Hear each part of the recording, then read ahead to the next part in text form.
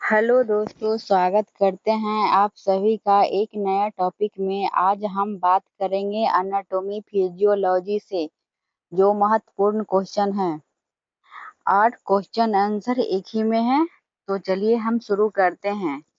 धमनियां रक्त को हृदय से शरीर के अन्य अंगों तक सप्लाई करती है। ठीक है, क्या कह रहा है पहले क्वेश्चन देखिए तो बढ़िया से। धमनियां यानी शिरा रक्त को हृदय से शरीर के अन्य अंगों तक सप्लाई करती है। ठीक है, चलिए आगे देखते हैं। पल्मोनरी आर्टरी एकमात्र धमनी है जिससे डेक्सोजेनेटेड रक्त बहता है। ठीक है, चलिए आगे देखते हैं। ब्रेन स्कूल के अंदर स्थित होता है। जो ब्रेन हमारा दिमाग है जो खोपड़ी के अंदर स्थित होता है, तो क्वेश्चन कैसे पूछेगा, ब्रेन किसके अंदर स्थित होता है, तो क्या बताएंगे, स्कूल, ब्रेन स्कूल के अंदर स्थित होता है। ठीक है, चलिए आगे देखिए तो। रक्त वाहिनियां जो कि आर्टरीज के वेन को जोड़ती है उसे क्या कहते हैं, कैपिलरीज कहलाती है। ठीक है, चलिए आगे क्वेश्चन देखते हैं।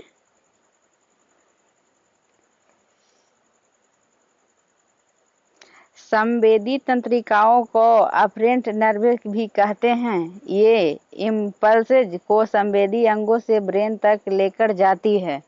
ठीक है, आगे देखते हैं।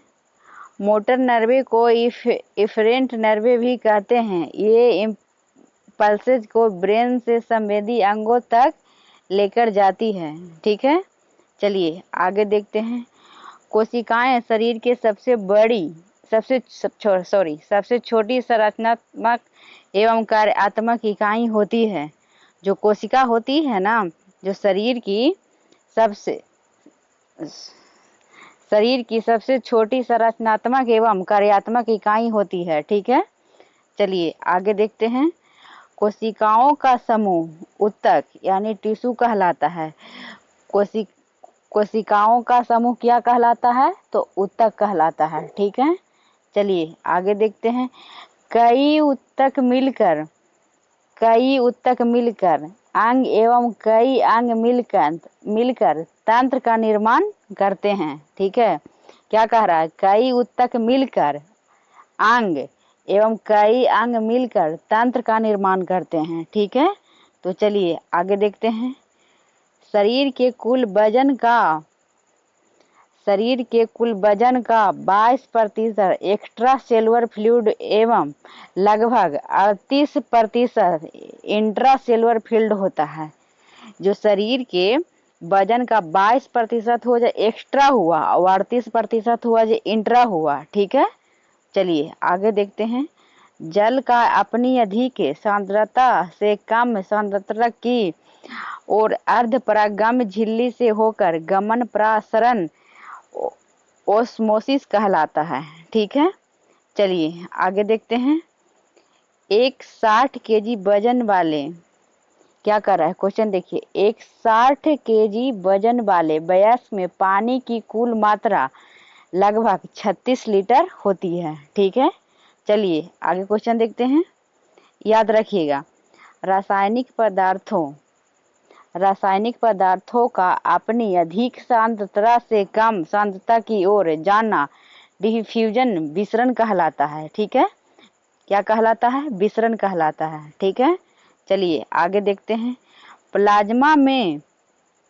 प्लाज्मा में CO2 का सर्वाधिक परिवहन लगभग कितना होता है, 70% बाइकार्बोनेट आयन के रूप में होता है। ठीक है, चलिए आगे देखते हैं। सेरेब्रो स्पाइनल द्रव CSF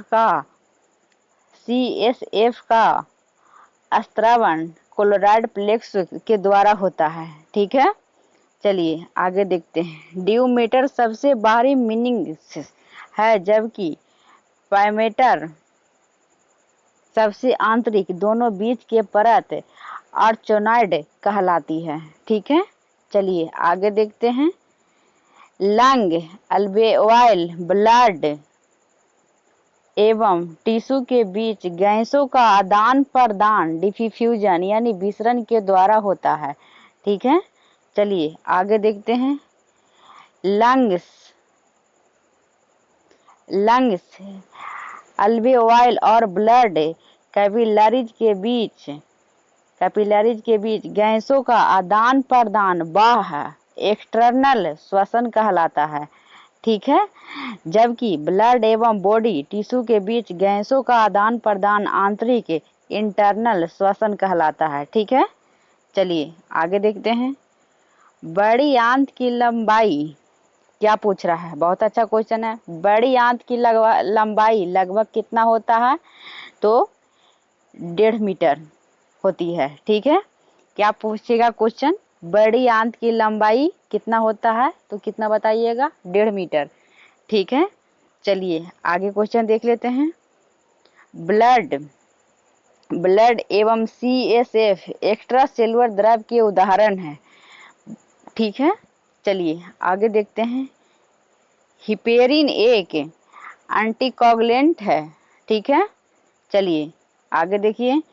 केंद्रक के अलावा कोशिका के अन्य सभी कंटेंट मिलाकर साइटोप्लाज्म कहलाते हैं। क्वेश्चन देखिए, केंद्रक के अलावा कोशिका के अन्य सभी कंटेंट मिलाकर क्या कहलाता है, साइटोप्लाज्म कहलाता है। ठीक है, चलिए आगे क्वेश्चन देखते हैं। परिपक्व लार रुधिर कणिकाओं RBCS में केंद्रक नहीं पाया जाता है। क्या नहीं पाया जाता है, केंद्रक नहीं पाया जाता है। ठीक है, चलिए आगे देखिए। केंद्रक सबसे बड़ा कोशिकांग होता है। क्या कह रहा है, क्वेश्चन बहुत अच्छा है, क्वेश्चन इसी में है और आंसर इसी में है। केंद्रक सबसे बड़ा कोशिकांग होता है। ठीक है, चलिए आगे देखते हैं। एक कोशिका के प्लाज्मा मेम्ब्रेन में क्या कर रहा है, एक कोशिका के प्लाज्मा मेम्ब्रेन में फास्फोलिपिड की 2 परतें पाई जाती है। फास्फोलिपिड परत का हेड वाला हिस्सा जल स्नेही हाइड्रोफिलिक एवं पूंछ वाला हिस्सा हाइड्रोफोबिक होता है। ठीक है, चलिए आगे देखते हैं। कोशिका कला सेल मेम्ब्रेन एक पतली झिल्ली होती है। जो कोशिका कला होता है ना, एक पतली झिल्ली होती है। ठीक है, चलिए, जो कोशिका के सबसे बाहरी परत बनाती है। ठीक है, चलिए आगे देखते हैं। एक एंडोप्लाज्मिक रेटिकुलम पर राइबोसोम के कण पंक्तियों में सटे रहते हैं। क्या कह रहा, रफ एंडोप्लाज्मिक रेटिकुलम पर राइबोसोम के कण पंक्तियों में सटे रहते हैं। ठीक है, चलिए आगे देखते हैं। चिकनी स्मूथ एंडोप्लाज्मिक क्या कर रहा है, चिकनी स्मूथ एंडोप्लाज्मिक रेटिकुलम में लिपिड्स एवं स्टेरॉयड हार्मोन का निर्माण क्या करता है। ठीक है, कौन सा हार्मोन का निर्माण करता है, स्टेरॉयड हार्मोन का निर्माण करता है। ठीक है, चलिए आगे देखते हैं। माइटोकॉन्ड्रिया को कोशिका का शक्ति ग्रह यानी पावर हाउस कहा जाता है। जो माइटोकॉन्ड्रिया है उसको पावर हाउस कहा जाता है। क्योंकि ये कोशिका के भीतर पचकर आए हुए भोजन का ऑक्सीकरण करके उसकी संग्रहित ऊर्जा को विमुक्त कर ATP में संग्रहित करते हैं। ठीक है, चलिए आगे देखिए। तो त्वचा शरीर का तापमान नियंत्रित करने में महत्वपूर्ण भूमिका अदा करती है। क्या कह रहा है,